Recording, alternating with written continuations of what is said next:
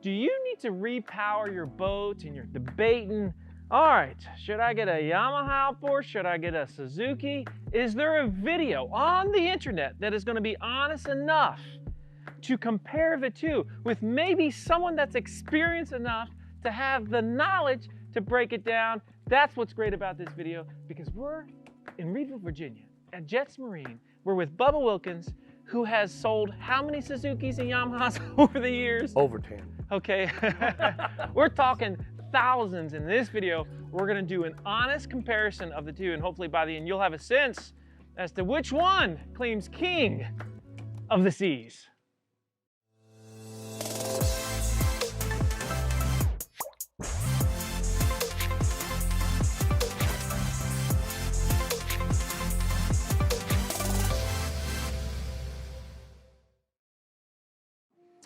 So Bubba, when somebody is comparing the two brands, it's easy to get caught up in the mess. What are some considerations that they should be thinking about that would dictate one versus the other, or are they the same thing? No, difference between Ford and Chevrolet. It's okay. You know, you have your brand recognition on both, and a guy that drives a Ford doesn't want to drive a Chevrolet. Yes. It's vice versa. So outboard motors, you know, it's based on brand and what you like.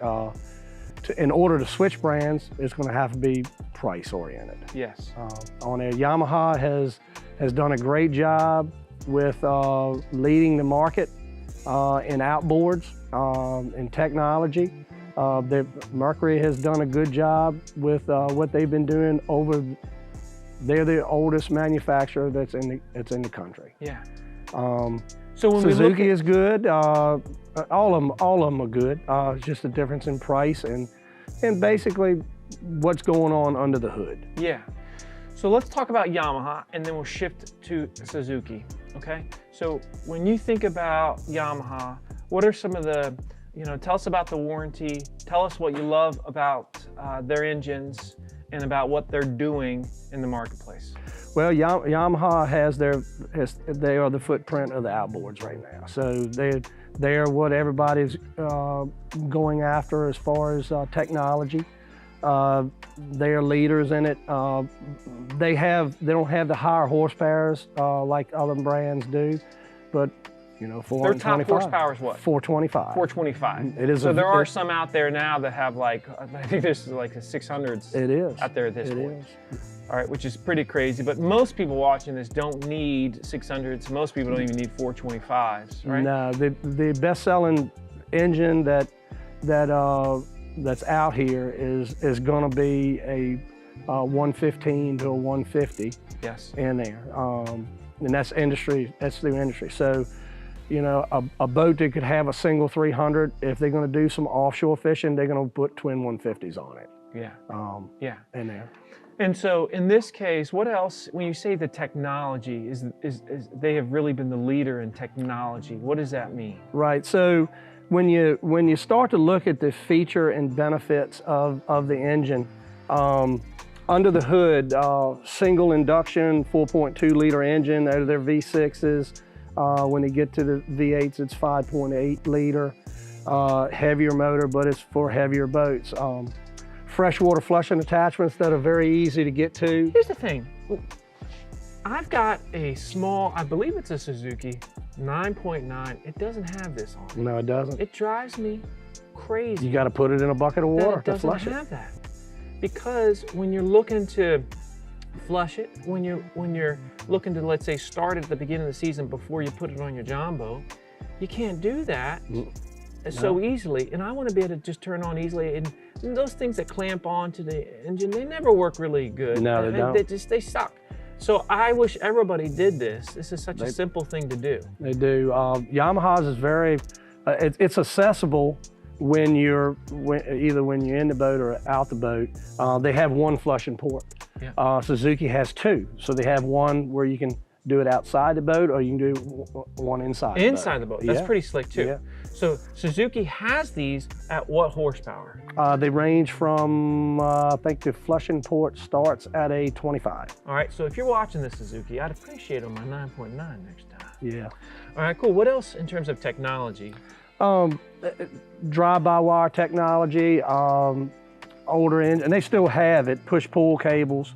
What that does is you feel the resistance in a push-pull cable, where drive-by-wire is the newest technology now. Everybody's using it in very easy shifting, good hard shifting. So if you've had an outboard before, you go to put it in gear, it goes as it goes into gear. Now it's clunk, it goes into gear. So it's just a ease. It's a peace of mind in there, and it does have the capability. This engine here, actually Suzuki or Yamaha, both of them have the capability of electronic gauges that do everything that you need to do. Troll, that's another one. So if you're talking about trolling, these engines have troll modes on there where you can take and set the engine RPM down or set it up. When you get to a digital engine that has the digital electronic control, you can set it to what speed that you calculate by your GPS, and it'll shift the engine in and out as it gains that speed or keeps that speed. And now Yamaha's come out with a digital electronic steering engine. So it's all plug and play. It's an electronic helm, electronic cylinder back here. And what that does is it does give a zero resistant steering. You feel no torque. But also it's a plug and play. If you have multiple engines on your boat, they have a joystick control where you can sit there and keep your boat in one spot, or you can take and makes it easier for you to dock the boat. So the engine is moving around to get it to where it needs to be. So in terms of warranty? Yamaha's backed with a 3-year warranty from the factory. They do have an extended service, which is done through them, not through an insurance company. There's 1, 2, 3 year on that. It's called a YES, Yamaha Extended Service. Right, and as we'll discuss in a second, that's less as a standard than the Suzuki, correct? Yeah, Suzuki has a 5-year factory warranty in-house. Okay, good. In terms of serviceability, would you say it's easier or more difficult or the same to service a Yamaha engine versus a Suzuki? Both of them are going to be the same. You still have your gear case oil, so you start at the bottom. That's a standard hypoid style gear case lube in there. You drain that. The reason why you want to drain it is you want to check, see if you have the fishing line. Fishing line gets caught up in your prop. Next thing you know, you got water in the lower unit. The lower unit ain't cheap. I mean, depending on size, something like this is a lower unit, it's $4,500. In there, and then you have your oil, just like you do in your car. You have an oil and filter. You change that yearly. Fuel filters. Clean fuel is a key to a happy outboard motor, or any happy motor. With these marine grade fuels that are going on now, and with ethanol that's out there, ethanol is an alcohol and it introduces water into the system. Well, when you got a boat on the water, obviously you're going to have water. So you've got fuel water separators that are in the boat that are canister filters. You can get them with clear bowls so you can track what's going on in there and just look at the fuel that's going in there. All right, cool. Professor, anything you wanted to add about the Yamaha or any questions you had about it?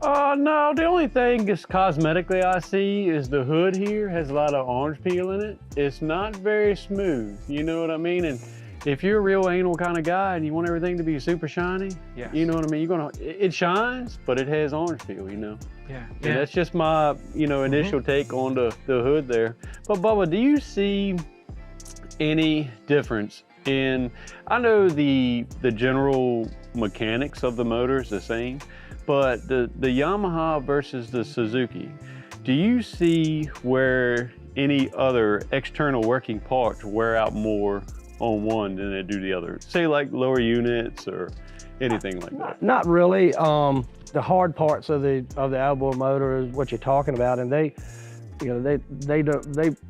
have industry standards that they want to try to keep.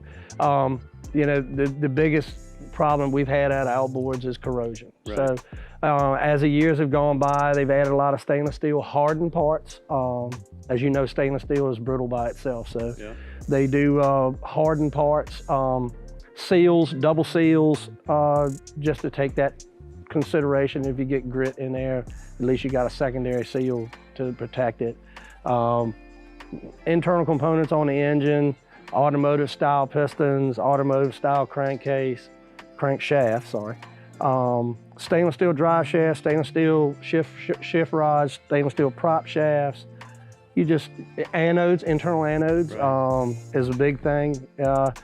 Because it used to be years ago, the engines didn't last long enough. Because they would eat themselves up from the inside out. Now you have those anodes inside. Yeah. So let's go ahead now and let's take a look at the Suzuki as well, because there's some things that we want to point out, because visually too, you have some options with the Suzuki that we like. So let's take a look at that. All right, so let's look at the Suzuki, just point out a couple different elements to it. Go back to the warranty for a second. I think this is pretty relevant. So the Suzuki has a superior warranty to the Yamaha as a standard. Tell us what that is again, Bubba. It's 5 years, in-house. 5 years. In-house.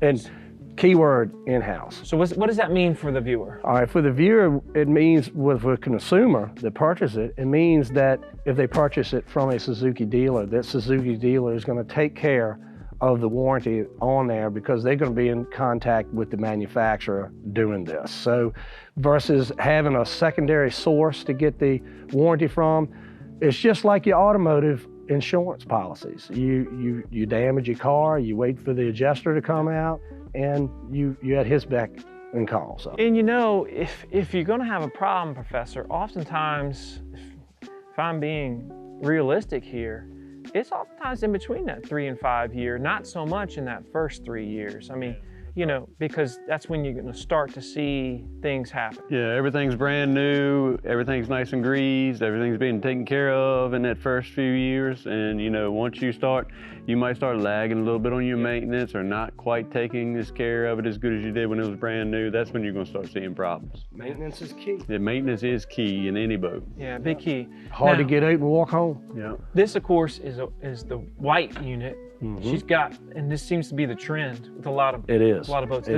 Does this come as a standard with Suzuki, and was that also not a standard with Yamaha? So tell us about visually what the difference is in terms of cost. The standard color on a Suzuki is going to be black. The standard color on Yamaha is going to be their gray.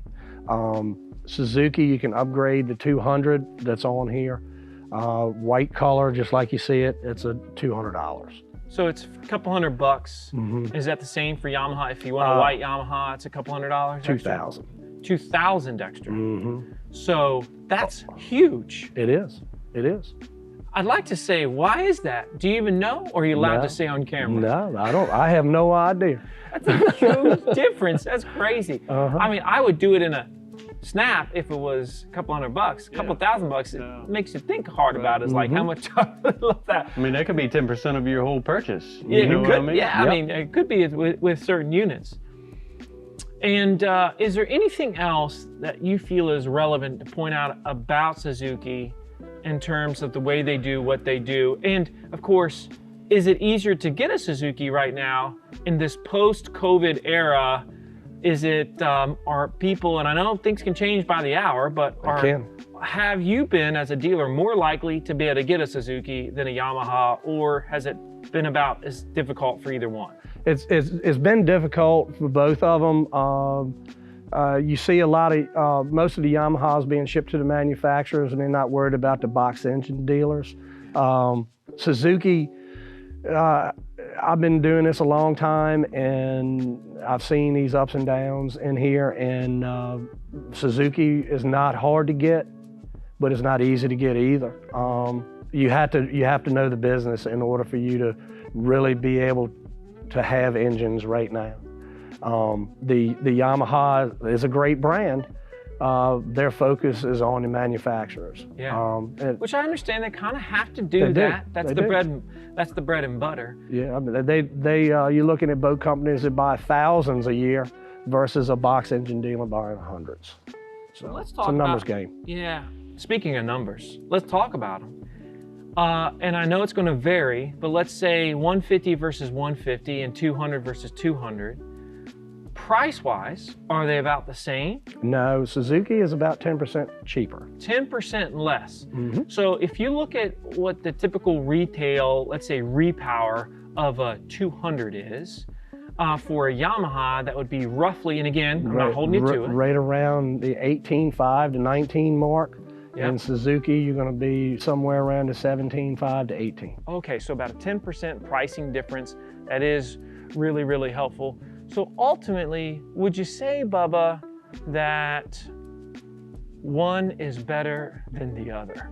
Or would you, as the consumer, knowing what you know, and you thinking know these inside and out, and I know I'm kind of putting the pressure on you here, would you be just as comfortable with either one, assuming there were no other factors that would dictate the choice? That's why I'm in the business.